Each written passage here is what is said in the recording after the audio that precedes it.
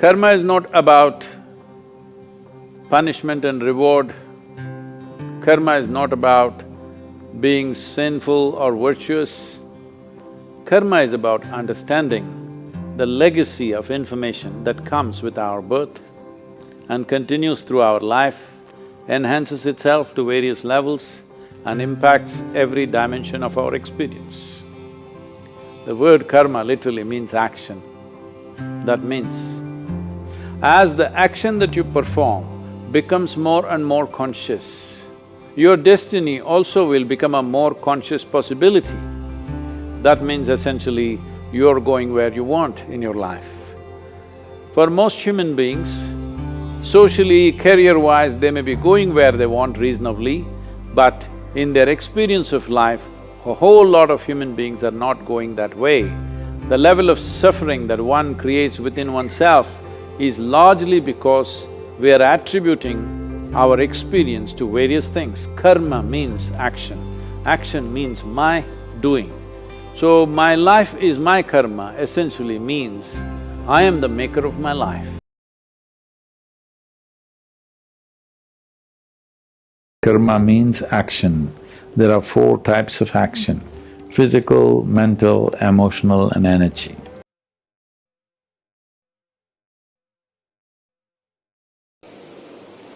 Let's understand this word karma. Karma means action. Is it true, as you sit here, your physical body is doing some action? You must say yes or no. Yes. Hello? Yes. Is it true your mental action also is happening? Yes. Some level of emotional action also happening? Yes. Some level of energy also in activity. So there are four dimensions of karma that you're performing every moment of your life, both in wakefulness and sleep. Four dimensions of karma are functioning. Now, depending on what type of karma you're performing right now, karma need not necessarily mean you have to go and do something. You're sitting here, what kind of thought process you have, does it not determine how your evening will be? Forget about next life.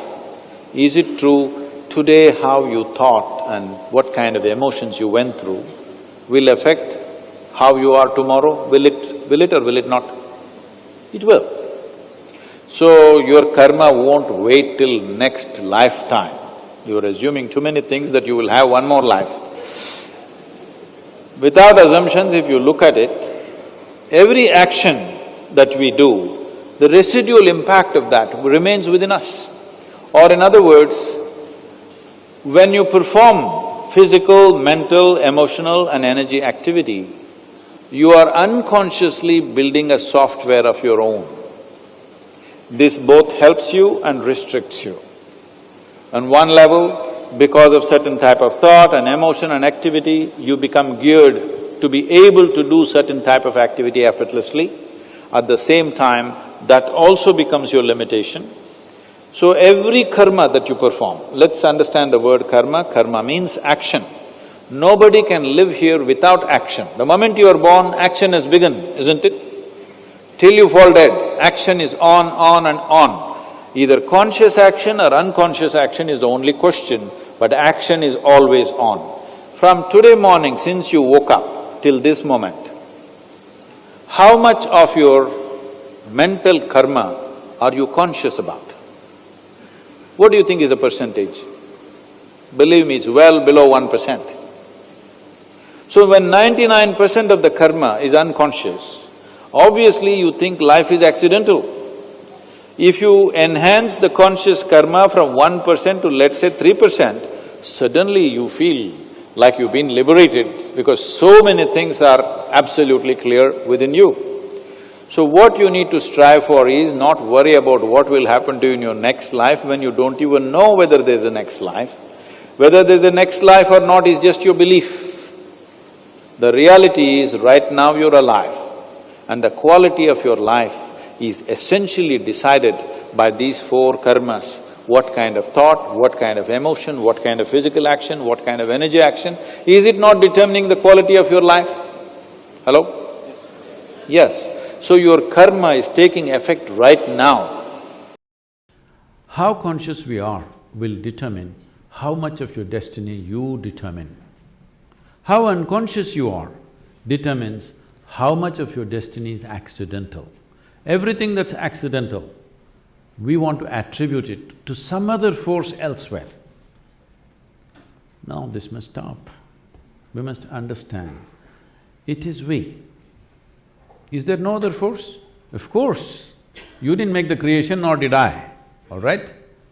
You did not create this creation, nor did I create this creation. There is, but that is a different dimension altogether. And what is happening with you right now is entirely your making. From where you come from in India, this is the only culture on the planet which constantly told you, your life is your karma. Karma means you're doing. Your life is your making. Whatever may be happening, you may be able to logically figure out why it is so, you may not be able to figure out, but still you know one thing, if this is happening to me, this is my making. This is the greatest empowerment you can have, when you understand, my life is my making. Whatever happened till now, it doesn't matter. How will you make your tomorrow? I'm asking you. If you clearly know 100%, my life is my making, how will you make the next moment? How will you make a tomorrow? How will you make your future in the most beautiful way? Isn't it so? That's what needs to happen. First of all, karma is not a theory, and it is not a punishment and reward system in the world. Karma is a self-recording process. Every experience that happens to you, every perception that you have, this system goes on recording so that a large part of your life need not be thought through every moment. A large part of it, which is motor functions and physical world, can be handled automatically. When I say automatically, see for example, you can walk. But do you remember when you were probably 18, 20 months old, when you tried to walk, how difficult it was? Because on two legs, walking on a round planet when the planet is spinning like this is not an easy thing to do. If you look at the physical laws involved in walking, a human being walking on two legs, it is too complex. If you try to understand it, it's an enormous amount of physics, it's crazy.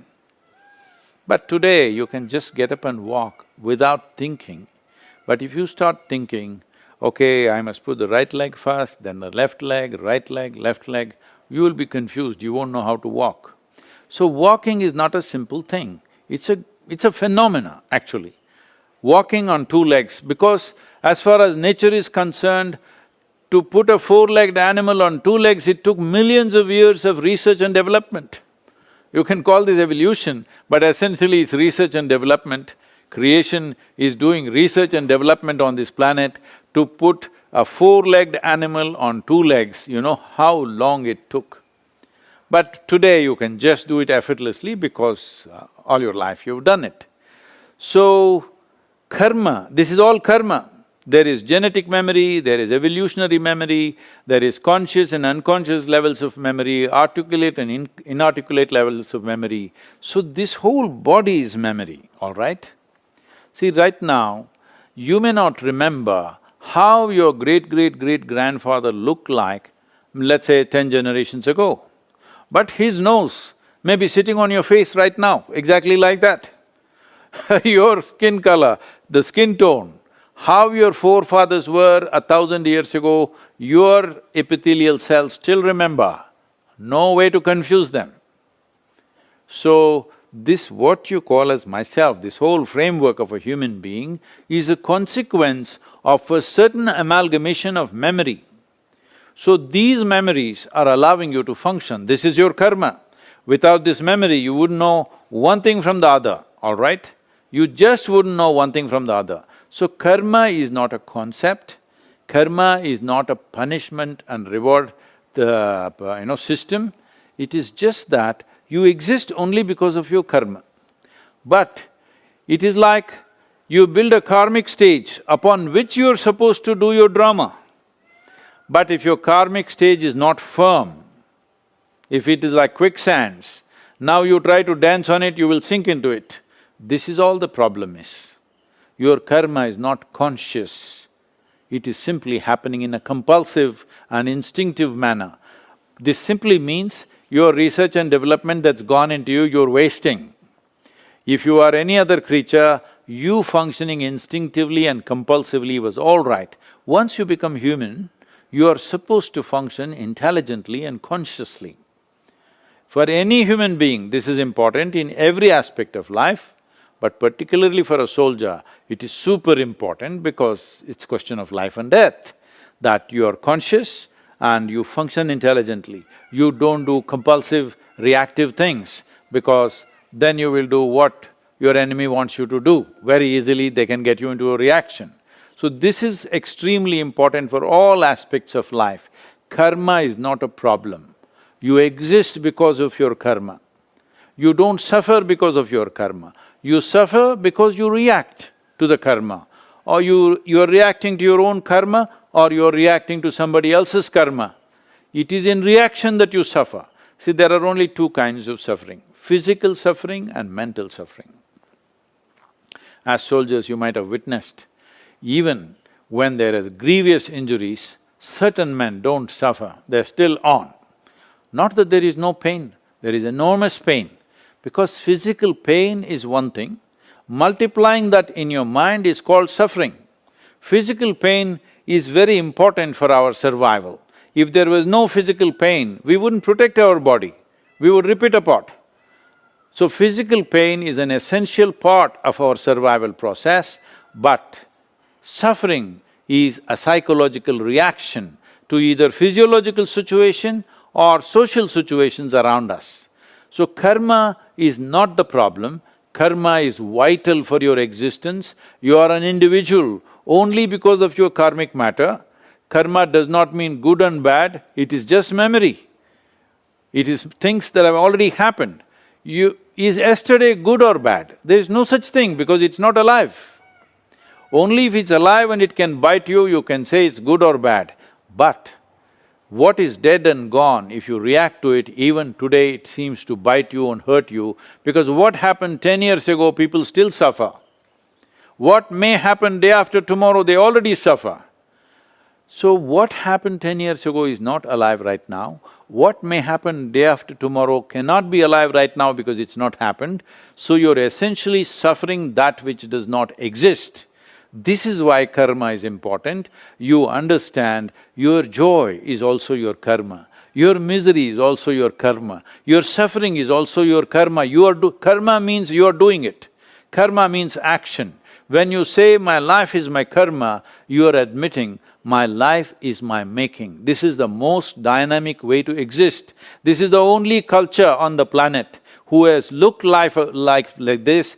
A whole lot of cultures believe that their life is managed from somewhere above, but from up there somebody is managing. But we are sitting on a round planet which is spinning all the time. You don't even know which is up and which is down. In this cosmos, is it somewhere marked this side up and this side down? There is no such thing. You do not even know what is up and down. How come you know who is up there or who is down there? So these are childish, soulish that you create in your mind. Karma is a very dynamic, adult way of looking at life. This is my making. Right now, I am joyful, this is my making. Right now, I am miserable, this is my making. Right now, I am the way I am, this is entirely my making. When you say, my life is my karma, you are saying, my life is entirely my making. This is the most dynamic way to exist. Do not make it fatalistic, it is nothing fatalistic about it, because if you see it's my making, you can fix it. If it is God's making, you cannot fix it. That's a big difference.